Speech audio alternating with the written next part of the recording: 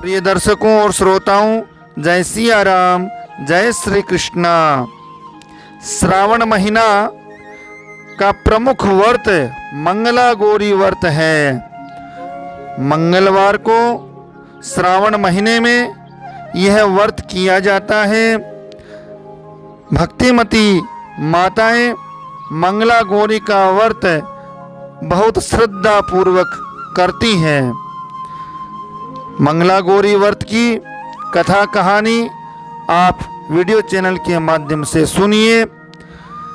एक गांव में एक दंपत्ति रहते थे जो संपन्न तो बहुत थे किंतु सुखी नहीं थे, क्योंकि उनके कोई संतान नहीं थी। एक दिन उनके घर साधु आए, संत पधारे और दंपत्ति ने उन्हें बहुत आव भगत से भोजन करवाया। भोजन उपरांत उन्हें अपनी व्यथा, अपना दुख की बात बताई।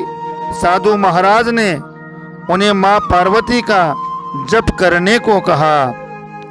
यह सुनकर के दंपत्ति परिवार दूसरे दिन से ही माँ पार्वती की पूजा अर्चना व्रत करने लगे। व्रतों के पूर्ण होने पर माँ पार्वती ने उनको वरदान मांगने को कहा। उन्होंने माँ पार्वती से पुत्र होने का वरदान मांगा। माता पार्वती ने कहा, वत्स, तुम्हारे भाग्य में संतान सुख लिखा नहीं है, किंतु तुमने सेवा, पूजा व व्रतों से मुझे प्रसन्न कर लिया। इसी कारण तुम्हें 21 वर्ष की आयु वाला पुत्र देकर तुम्हारे जो है वंध्यापन, बांझपन के दोष को मैं दूर कर देती हूँ। माँ पार्वती ने कहा, इस मंदिर के सामने आम का एक वृक्ष है, उसका एक फल तुम्हारी पत्नी को खिला देना, इससे तुम्हें एक पुत्र रत्न की प्राप्ति होगी।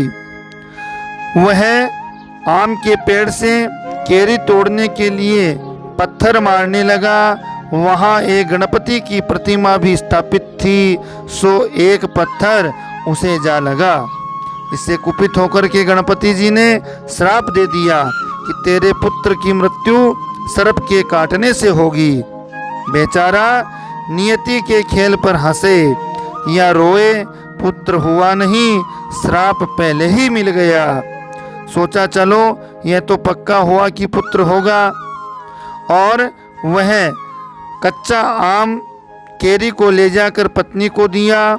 उसने माँ पार्वती की पूजा करके और माँ पार्वती का प्रसाद समझकर मानकर वह आम जो कच्चा था उसको खा लिया है, और समय उपरांत भगवती पार्वती की कृपा से एक सुंदर पुत्र को जन्म दिया, जिसका नाम भीमा रखा गया। जब भीमा 20 वर्ष का हुआ तब पटेल ने सोचा कि क्यों न भीमा का विवाह कर दिया जाए, शायद पत्नी की चुंदरी के जोर से भीमा न मरे। ऐसा सोचकर अपने पुत्र को साथ लेकर और दूसरे गांव में गया। गांव के बाहर एक तालाब था, उसी तालाब के किनारे एक पेड़ के नीचे बैठकर पिता पुत्र भोजन करने लगे। तभी वहां 2 कन्याएं आई और कपड़े धोने लगी।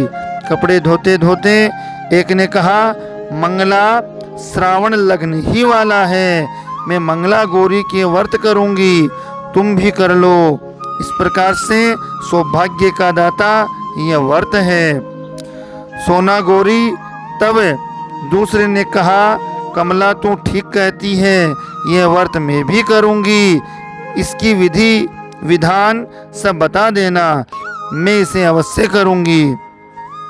सारी वार्तालाप उन्होंने सुनी और निश्चय किया कि इसी लड़की से अपने पुत्र का विवाह करना ठीक होगा। यही मेरे पुत्र की जीवन की रक्षा इसी व्रत के द्वारा कर पाएगी। यूँ मन में विचार करके और वह उन लड़कियों के पीछे पीछे चलकर उसके घर पहुँचे। कमला के पिता भी भीमा के पिता ने कमला के पिता के समक्ष विवाह का प्रस्ताव रखा, जिसे उन्होंने प्रसन्नता पूर्वक स्वीकार कर लिया। शुभ घड़ी शुभ लग्न में दोनों का विवाह संपन्न हो गया है। विदा होकर और कमला ससुराल आ गई। श्रावण लगते ही सास बहू दोनों ने मंगला गौरी के व्रत रखना शुरू किया, जिससे प्रसन्न होकर माता पार्वती ने कमला को स्वप्न में दर्शन देकर कहा, तुम दोनों के व्रत करने से मैं प्रसन्न हुई, लेकिन देख, एक तो तेरे पति की आयु ही कम थी, ऊपर से गणपति के सर्प काटने का श्राप भी है। सो इस मंगलवार को एक सर्प तेरे पति को काटने आएगा। तुम घबराना मत, हिम्मत से काम लेकर शक्कर वाला दूध तैयार रखना, जो उसे पिला देना, और एक खाली मटकी भी लाकर रखना। सांप के सामने उसका मुंह कर देना।